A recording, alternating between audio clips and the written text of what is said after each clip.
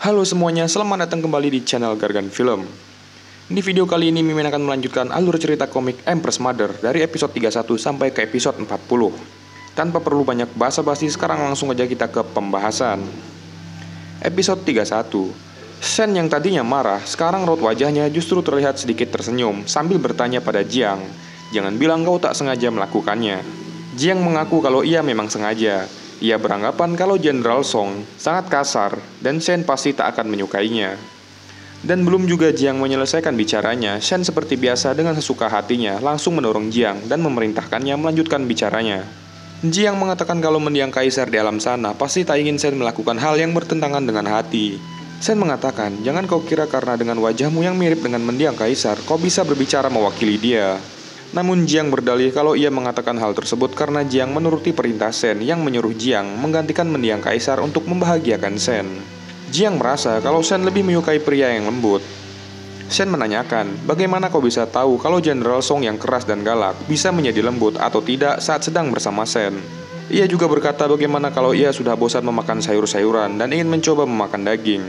Yang dalam artian lain, Shen mulai bosan bercocok tanam dengan orang yang biasa-biasa saja dan ingin mencoba melakukannya dengan orang yang lebih menantang.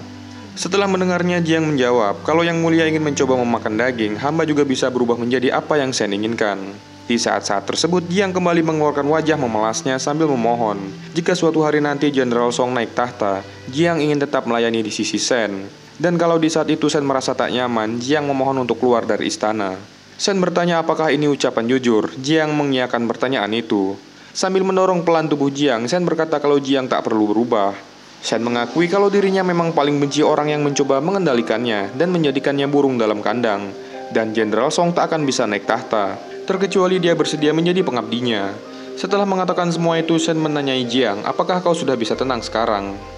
Jiang mengakui kalau ia berbuat seperti itu karena terlalu khawatir, dan kalau Shen merasa jika Jiang melewati batas, maka ia memohon untuk diberikan hukuman. Shen dengan semangat mengatakan kalau Jiang memang harus dihukum, karena kalau tidak maka haremnya atau para selir yang lain akan mencontoh perbuatan Jiang, dan hal tersebut akan menjadi kacau balau. Shen mengatakannya sembari ia mengambil tali mesum yang diberikan oleh Dayang. Dengan perbuatan Jiang yang menghasut Yuan dan mencoba mencampuri urusannya, Shen merasa Jiang tak perlu diberi hukuman mati, melainkan akan diberi hukuman... hukuman apa ya kira-kira? Lanjut ke episode 32. Ya, hukuman apa lagi kalau bukan hukuman yang menyangkut hal mesum. Shen memberikan hukuman pada Jiang dengan berupa mengikat Jiang menggunakan tali. Shen mengatakan kalau mana mungkin hukuman seperti ini akan menyuruh pelayan yang melakukannya. Dan akhirnya Jiang pun terikat dengan kondisi yang sangat mesum. Tak sampai di situ saja, Shen bahkan mengikatkan tali pada mulut Jiang. Karena hal itu pun Jiang tak bisa berkata apa dan hanya bisa pasrah. Shen pada awalnya mengira Jiang akan menjadi arogan karena dimanjakan. Hampir mengira tubuh Jiang dirasuki oleh jiwa liar yang kesepian. Shen mengatakannya sambil menarik-narik tali yang mengikat Jiang. Dan Jiang sedikit terganggu dengan hal itu. Shen terus mengencangkan ikatan tali sambil mengatakan kalau ia yang tadinya memutuskan untuk tak pergi ke kediaman Song, sekarang menjadi berubah pikiran gara-gara kecerdasan Jiang yang mengacaukan semuanya. Shen lalu menutup tubuh Jiang dengan selimut. Shen menganggap kalau Jiang selalu menjadi orang yang mengerti.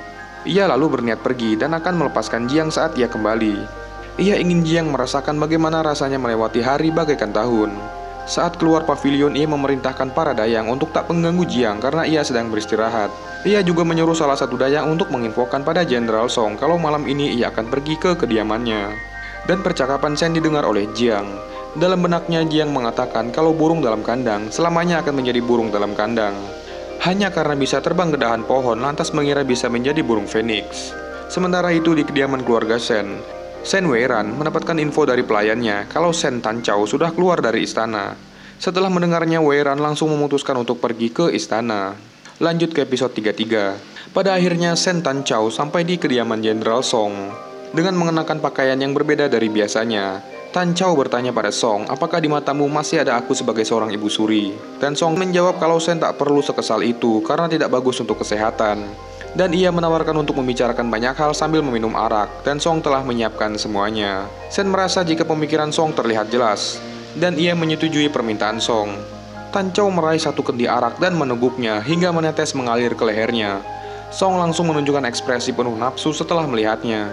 Shen dengan cepat mencabut pedangnya dan menghunuskannya pada Song. Shen Tanchao langsung to the point mengatakan tentang Song yang diam-diam membuat Ibu Su bisa masuk istana. Shen sedikit merobek pakaian Song dan memojokkannya. Namun Song terlihat santai menyikapinya. Shen juga menanyakan mengenai Song yang terus menghalangi perintah Shen yang mengutus Su Pan menghadapi pemberontakan di Suzhou. Song menjawab kalau Su Pan sangat penting bagi dirinya. Shen merasa tak senang karena ia tak bisa memerintah seorang jenderal. Song lalu melancarkan aksinya. Ia meraih tangan Shen dan berkata, asalkan ia bisa mencium aroma Shen, jangankan mengirim seorang jenderal, bahkan nyawanya juga bisa Song berikan untuk Shen. Shen langsung menghempas tangan Song menggunakan pedangnya dan mengatakan, untuk apa aku memiliki nyawamu? Kalau aku memiliki rudal kehidupan jenderal besar, apakah jenderal besar akan memberikannya? Lanjut ke episode 34. Jenderal Song tentu tak menyetujuinya. Shen menanyakan, bukankah kau menginginkan tubuhku? Kalau kau bersedia mengabdikan diri, jangankan satu malam, aku bisa menemanimu setiap pagi dan malam. Song menjawab kalau dia hanya ingin berada di luar, membantu Shen mengurusi pasukan dan kuda. Shen lalu mengarahkan pedangnya ke leher Song sambil memperingati kalau lain kali Song jangan berani-berani menggunakan cara hari ini untuk mengancamnya lagi. Song mengatakan kalau ia sudah tahu kesalahannya dan memohon agar Shen mengampuninya. Shen lalu menjauhkan tubuhnya karena ia sedikit mabuk setelah meminum arak. Ia sembari tersenyum bertanya kalau perbuatannya sudah sedikit kasar dan berharap kalau Jenderal Song tak keberatan. Song berkata ia merasa tak keberatan dan justru mengkhawatirkan pedang Shen akan melukai tangannya sendiri. Shen hanya diam dan berniat pergi begitu saja. Song langsung heran dan bertanya apakah hanya begini saja. Shen langsung melirik dan menunjukkan wajah kesalnya pada Song. Yang secara mengejutkan, Shen melemparkan pedangnya dan menancap di meja yang tak jauh dari Song. Song langsung takut dan tak berani berkata-kata lagi. Dan setelah Shen beranjak pergi, Song dengan perasaan tak relanya berpikir kalau wanita cantik yang sedang emosi sungguh memiliki karakter yang berbeda. Para bawahannya menatap Song seperti cacat mental dan menganggap kalau Jenderal Song sudah kecantol habis-habisan pada Shen dan meragukan apakah Song sungguh bisa mendapatkan hati ibu suri Shen Tanchao. Mereka lalu menanyai apakah Su Pan akan dikirim menghadapi pemberontak, dan yang satunya lagi malah meragukan Shen yang mau begituan sama Song. Song menjawab kalau hanya mengutus Su Pan saja, dia pasti bisa menenangkan pemberontakan dan akan kembali, maka Song masih bisa meminta imbalan dari kerajaan. Dan Song juga menganggap kalau Shen tak menunjukkan sikap penolakan, maka akan membosankan. Dan Song yang agak memiliki kelainan itu merasa kalau pedang yang dipegang Shen tadi akan lebih baik diganti menjadi tangan saja. Kedua bawahannya hanya terdiam melihat Song yang sedang berimajinasi tinggi. Sementara itu di pavilion Xueyue, Shen Weiran yang sudah masuk ke istana dengan semena-mena langsung menerobos masuk ke dalam pavilion, meskipun Dayang sudah melarangnya. Ia mengatakan kalau Shen Tanchao sudah kembali maka dia sendiri yang akan menjelaskannya. Ia langsung mendekati Jiang yang sedang tertidur dan langsung menariknya. Dan betapa terkejutnya mereka melihat tubuh Jiang yang telanjang dengan kondisi terikat. Dan Weiran tak bisa berkata-kata melihatnya. Ia langsung berlari memalingkan wajah dan bertanya apa yang sebenarnya terjadi. Lanjut ke episode 35. Weiran menanyakan pada Dayang apakah Shen Tanchao yang melakukannya. Dayang yang pasrah itu menjawab bahwa tak ada orang yang bisa melakukannya sendiri. Ia kembali mendekati Jiang secara perlahan dan kembali membukanya. Jiang yang tak bisa berbuat apa-apa hanya bisa pasrah. Pada saat itu juga dalam benaknya ia menganggap bahwa orang yang dulu begitu angkuh dan tak boleh dilawan sekarang menjadi milik pribadi dan hanya bisa memanfaatkan penampilan. Ia sembari tersenyum akhirnya mengerti mengapa kakaknya bisa hanyut di dalam perasaan ini. Weiran menganggap meskipun orang yang ada di hadapannya ini bukanlah Kaisar Si Wuji, namun ia tetap merasakan perasaan berdebar karena wajah Jiang yang sangat mirip dengan mendiang Kaisar. Weiran sangat ingin menghancurkan wajah Jiang yang dianggap terlalu polos, akan tetapi tak bisa menutupi hati yang kotor dan tak bisa ditebak. Dan Weiran menyalahkan Jiang karena telah merusak hubungan Shen dan ibunya. Weiran lalu memerintahkan untuk memindahkan Jiang ke gudang. Dayang meragukan perintah dari Weiran karena Shen sudah berpesan agar tak boleh ada yang mengganggu Jiang. Apalagi gudang merupakan tempat terbuka dan khawatirnya Jiang bisa terkena flu. Weiran berkata kalau Dayang adalah orang yang sering berada di sekitar Shen, lalu kenapa tak bisa memahami pikirannya? Alasan Jiang diikat karena sedang dalam hukuman. Kakak terlalu bermurah hati dalam menghukum, maka aku sebagai adiknya perlu membantunya. Namun Dayang mengatakan kalau Shen bukan sedang menghukum Jiang. Namun si Dayang juga bingung bagaimana cara mengatakannya pada Weiran yang masih remaja. Angin malam yang dingin berhembus ke segala penjuru. Jiang pada akhirnya dipindahkan ke gudang dalam keadaan yang masih terikat dan setengah telanjang. Para Dayang dan pelayan tak bisa berbuat apa-apa. Dan tiba-tiba Shen akhirnya datang dan menanyai apa yang dilakukan Weiran di sini. Weiran sangat semangat saat tahu kakaknya telah datang. Ia menjawab kalau alasannya datang hanya untuk membantu Shen mengurusi masalah. Ia menganggap Jiang sebagai masalah dan Shen takut kalau menteri akan bergosip jika Shen memberikan hukuman pada Jiang secara terang-terangan karena wajahnya yang mirip kaisar. Akan tetapi sekarang sudah 3 tahun mendiang kaisar wafat dan tak banyak menteri lama yang melindunginya, jadi tidak akan menjadi masalah. Itulah yang dipikirkan oleh Shen Weiran. Dan kalau Tan Chao masih khawatir, maka ia akan membawa Jiang pulang hari ini dan membesarkannya untuk Tan Chao. Sementara itu Jiang yang mendengar percakapan mereka menganggap kalau Tan Chao juga telah tertipu oleh penampilan polos Shen Weiran. Si Wuji menganggap kalau keluarga Shen dipenuhi dengan orang-orang bermuka dua. Tan Chao lalu mengatakan kalau ini adalah masalah orang dewasa. Tan Chao lalu menyuruhnya untuk pulang karena sudah larut. Weiran bertanya, apakah alasan Tan Chao melindungi Jiang hanya karena Tan Chao merindukan mendiang kaisar dan melampiaskannya pada pengabdi Jiang. Sementara Jiang sendiri berharap obrolan mereka segera berakhir karena ia sudah kedinginan. Lanjut ke episode 36. Weiran selama ini selalu percaya kalau Tan Chao tak pernah mencintai mendiang kaisar hanya karena takut padanya. Ia hanya tahu kalau Tan Chao yang ia lihat selama beberapa tahun itu secara diam-diam selalu merasa sedih. Dan belakangan ini Weiran merasa kalau Tan Chao selalu sangat bahagia setelah kepergian kaisar. Maka dari itu Weiran tak ingin Jiang membuat Tan Chao teringat semua mimpi buruk dan kenangan pahitnya dulu bersama mendiang kaisar. Baik itu cinta, benci, kesal, maupun marah, Weiran tak ingin melihat kakaknya terjebak lagi di masa lalu. Tan Chao langsung mencoba menenangkan adiknya itu. Namun Weiran kemudian tersadar malah kalau ia tak seharusnya mencampuri keputusan kakaknya. Akan tetapi ia memohon agar Tan Chao tak mempermalukan pengabdi Jiang demi membalas dendam masa lalunya pada si Wuji. Weiran juga menambahkan kalau ibu akhir-akhir ini sedikit kacau yang membuat pemikirannya tak jelas. Dan ia sudah menyuruhnya istirahat di rumah dan tak akan mengganggu Tan Chao lagi. Weiran lalu beranjak pergi meninggalkan istana. Seketika itu juga Tan Chao merasa jika semua ucapan Weiran benar kalau Tan Chao tak boleh terjebak di masa lalu. Ia pun membalikkan badan, memerintahkan seorang dayang untuk melepaskan Jiang dan mengantarkannya ke pavilion Sui Yue. Si dayang terkejut karena dirinya harus melepaskan ikatan tali di tubuh Jiang dan ia merasa tak pantas. Seketika itu juga Tan Chao teringat dengan kondisi Jiang yang dalam kondisi yang tidak senonoh. Ia lalu memerintahkan Yun Yu saja. Kemudian Tan Chao beranggapan kalau semua keraguan ini hanyalah perasaannya saja dan seharusnya ia memberi dirinya sendiri waktu untuk menyadarkan diri. Sementara itu si Wuji masih teringat dengan perkataan Weiran yang mengatakan kalau Tan Chao dulu sebenarnya tak pernah mencintai dirinya. Si Wuji langsung merasa kecewa. Ia menganggap keluarga Shen yang selalu mengaku bersih, selalu membicarakan moral dan kebajikan, namun ternyata menyembunyikan banyak kekotoran. Ada orang tua yang demi kekayaan dan kehormatan menjadi tidak tahu malu. Ada kakak pertama genit, dan juga adik yang tidak bermoral dan mencintai kakaknya. Itulah yang dipikirkan oleh Jiang. Sementara Weiran merasa kalau ini semua sama sekali tidak cukup. Ia lalu teringat akan masa lalunya. Pada saat itu Weiran baru mendapat kabar mengenai Tan Chao yang akan dikirim ke istana. Ia terlihat sangat menolak keputusan tersebut dan menawarkan diri untuk membawa Tan Chao pergi. Pada saat itu Tan Chao menganggap kalau nasi sudah menjadi bubur. Untuk hal ini keluarga Shen tak boleh menunjukkan sedikit pun keraguan. Dan maka dari itu mereka tak bisa pergi meninggalkan keluarga begitu saja. Itulah yang dikatakan Tan Chao. Dunia ini dikuasai oleh kaisar. Semua guntur dan hujan adalah karunia-Nya. Setelah mengingat semua itu Weiran merasa kesal karena itu adalah keputusannya yang paling berani. Weiran berkata siapapun boleh asalkan jangan dia. Dia yang dimaksud ini adalah Jiang. Weiran merasa di dalam harem Tan Chao tak boleh ada orang yang mirip si Wuji dan menjadi kesayangan Tan Chao. Sementara Jiang sendiri merasa kalau tinggal menunggu hari saja sampai dia dicampakkan. Lanjut ke episode 37. Di pavilion Sui Yue, semua pengabdi pria sedang heboh karena berita tentang Tan Chao yang sudah pulang dari kediaman Jenderal Song. Bahkan mereka juga mendengar gosip tentang pakaian Jenderal Song yang robek karena ulah Tan Chao. Dan Yun Yu sangat tak senang mendengar semua itu. Ia menghampiri Jiang dan duduk di sampingnya. Jiang yang baru melepaskan ikatan talinya merasa tak senang dengan kedatangan Yun Yu.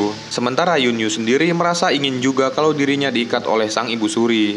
Yun Yu merasa heran, meskipun tubuh Jiang memiliki banyak bekas ikatan, tapi masih tidak bisa membuat ibu suri tetap di sini. Ia menganggap seharusnya dengan melakukan semua hal mesum dengan tali itu bisa membuat Tan Chao betah. Yun Yu terus menggosipkan dan mengira kalau hubungan Tan Chao dan Jenderal Song semakin dekat, dan merasa akan menjadi hal yang buruk kalau Jenderal Song sampai tinggal di istana. Jiang lalu meraih tangan Yun Yu dan menyuruhnya mendekatkan telinganya dan membisikkan sesuatu. Yun Yu langsung mundur setelah mendengarnya. Ia beranggapan mengapa ia harus mendengarkan Jiang. Jiang mengatakan kalau ini adalah kesempatan untuk kerjasama. Apalagi Yun Yu ingin membuat Tan Chao tetap tinggal. Namun Jiang lalu berdiri dan merasa kalaupun Yun Yu tak setuju itu tidak masalah. Ia lalu mengusir Yun Yu dengan sikap dingin yang tentu saja itu membuat Yun Yu kesal. Cerita berlanjut 2 hari kemudian, tepatnya di Istana Changxin. Seorang dayang melaporkan mengenai kondisi Jiang yang tak terlalu bagus.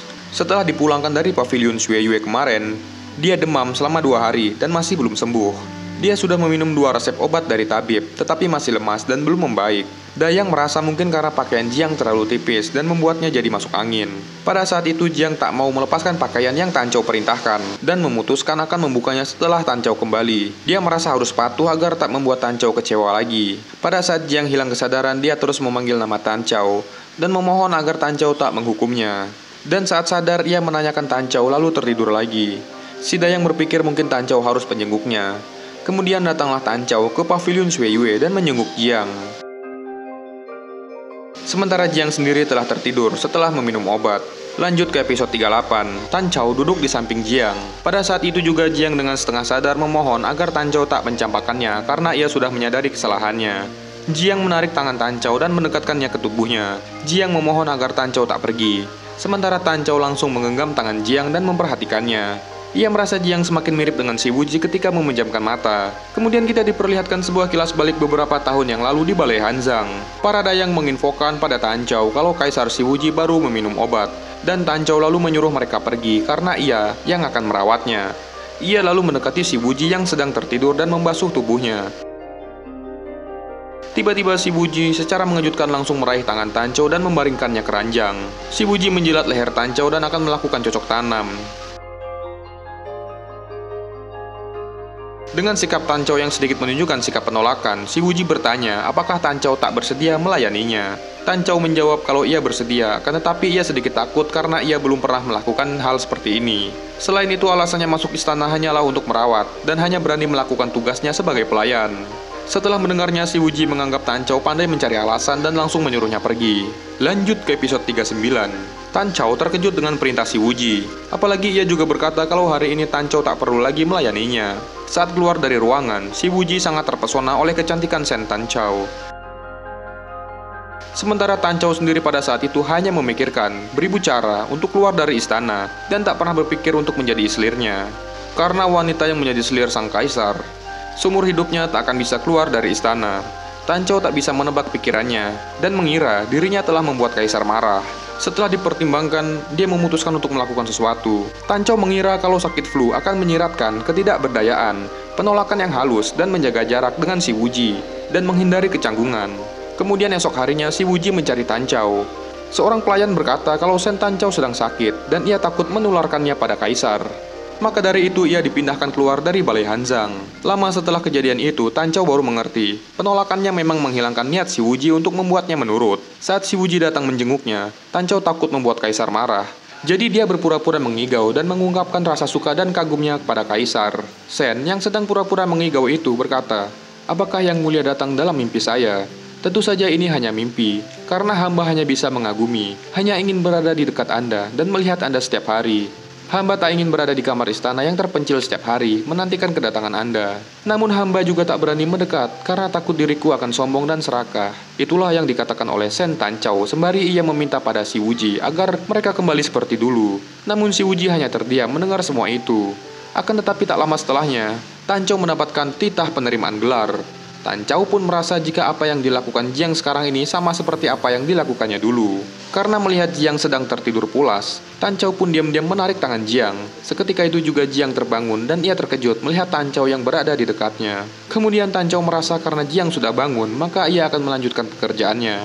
Jiang bertanya apakah Tan Chou bersikap dingin pada dirinya karena Jiang tak menuruti perintahnya. Tan Chou sembari mengalihkan pandangan menjawab kalau itu semua tak benar dan Jiang sudah sangat menurut. Jiang juga bertanya apakah karena wajahnya yang membuat Tan Chou teringat akan masa lalu, dan apakah benar kalau Tan Chou sungguh tak pernah menyukai mendiang kaisar. Lanjut ke episode 40.